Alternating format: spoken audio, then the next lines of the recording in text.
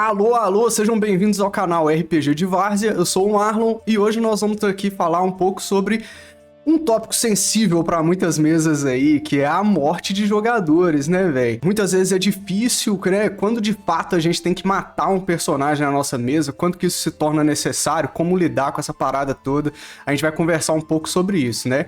E a intenção desse vídeo é te mostrar que a morte de um personagem de jogador, ele deve ser algo positivo e incremental para sua história, e não só uma ferramenta preguiçosa para remover um personagem que não tá cabendo mais na história, ou um modo de punir os seus jogadores aí que estão jogando mal. Afinal, RPG não tem essa de jogar bem ou mal, né, velho? Quando tá todo mundo ali interpretando seus personagens, fazendo, jogando uma história pré-estabelecida ali.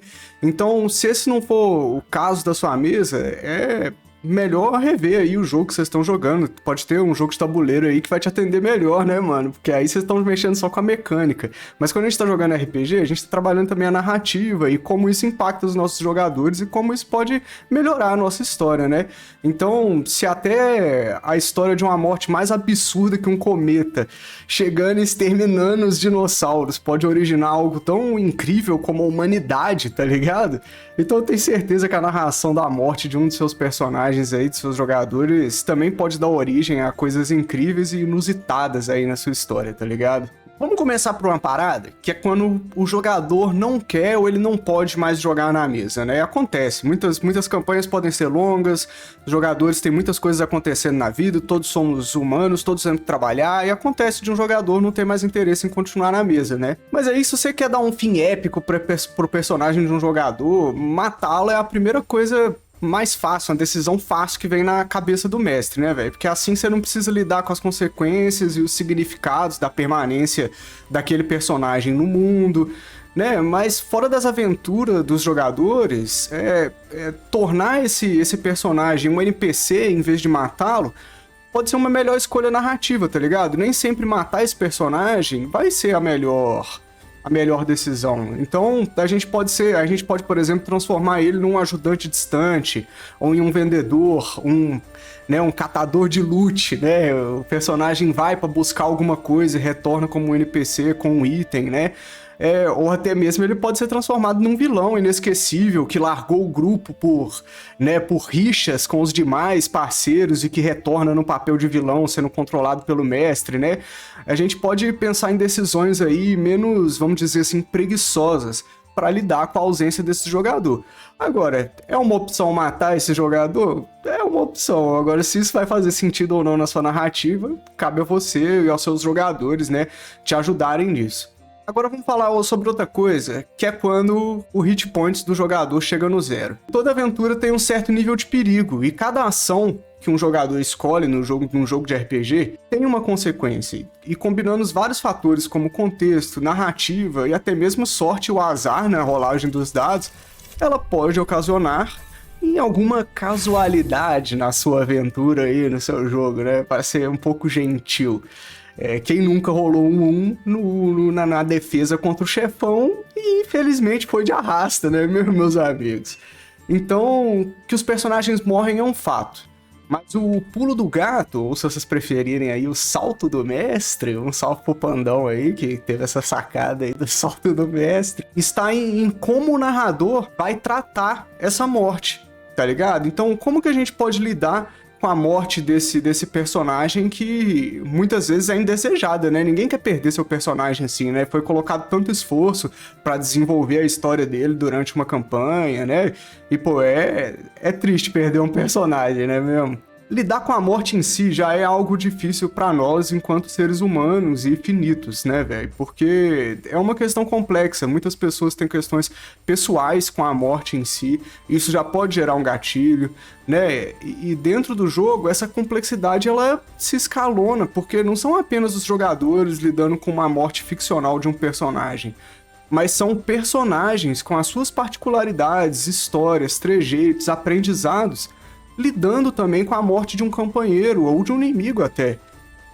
Interpretar isso de uma forma interessante para acrescentar na sua narrativa pode ser legal, né, velho?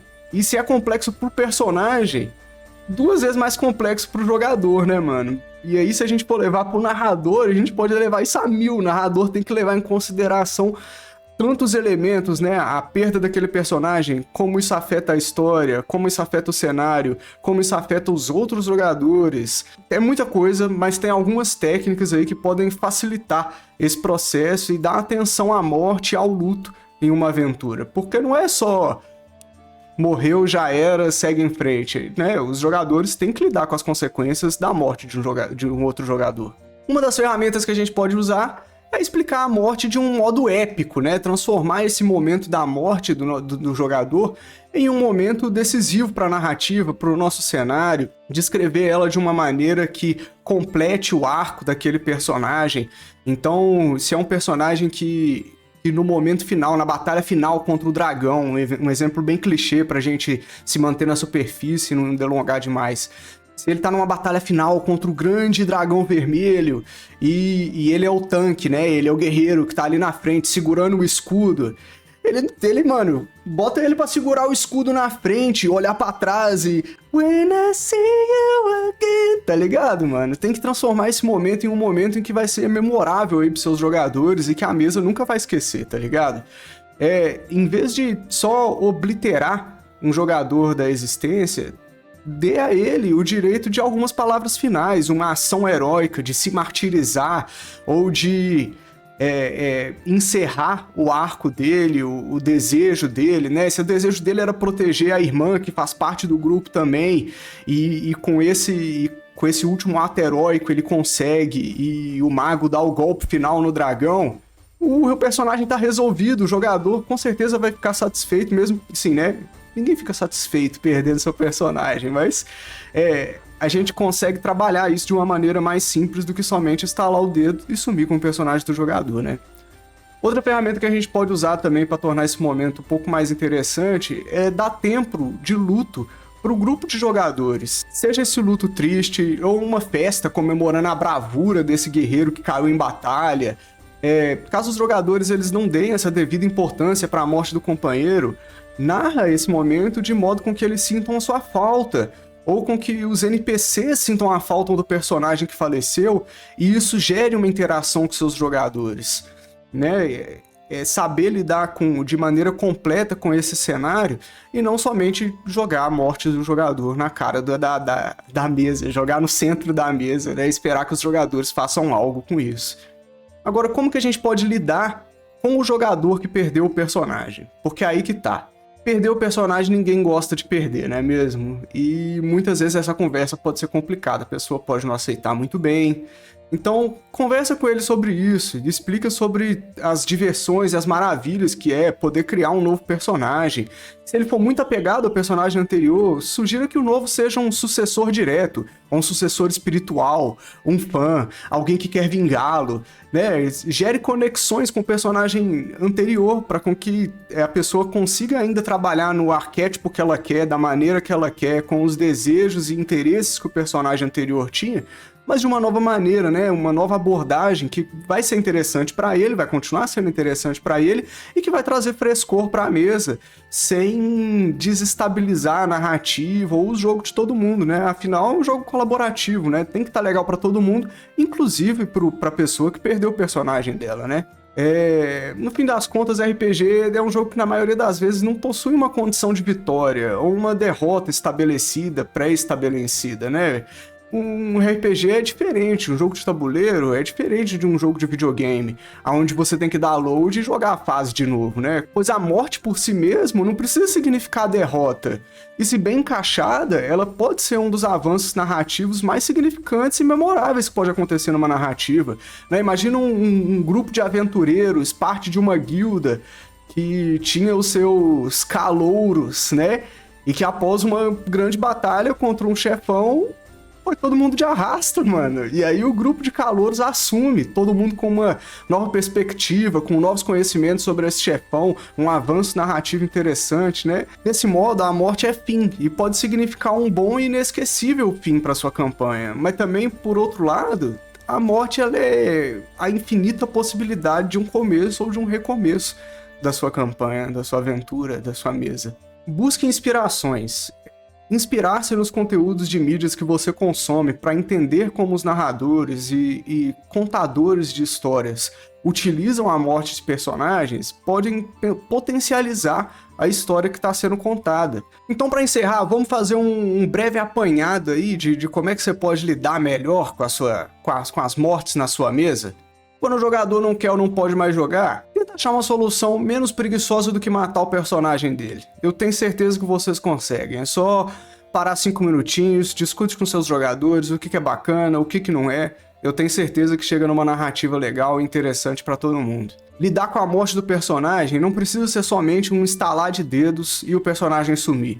Vocês podem usar isso como um momento de plot twist, um momento de narrativa interessante, aonde os companheiros têm a oportunidade de se expressar através do luto, aonde os personagens podem ter uma evolução narrativa e botar o cenário pra frente. Saiba se comunicar com seus jogadores, principalmente com o jogador que perdeu seu personagem. Tenha uma comunicação direta com ele, escute suas sugestões, né? Porque muitas vezes a pessoa que tá no papel de mestre acha que pra seguir a narrativa do jeito que tá na cabeça dele, o personagem que morreu tem que ser assim, assim, assim, mas a gente também tem que respeitar o jogador, né, rapaziada? A gente tem que escutar o jogador, o que ele acha, o que ele não acha legal, né? Não é bacana a gente apresentar algo pronto e já era. Afinal de contas, né, o jogar RPG não é escrever um livro, você não tá contando uma história.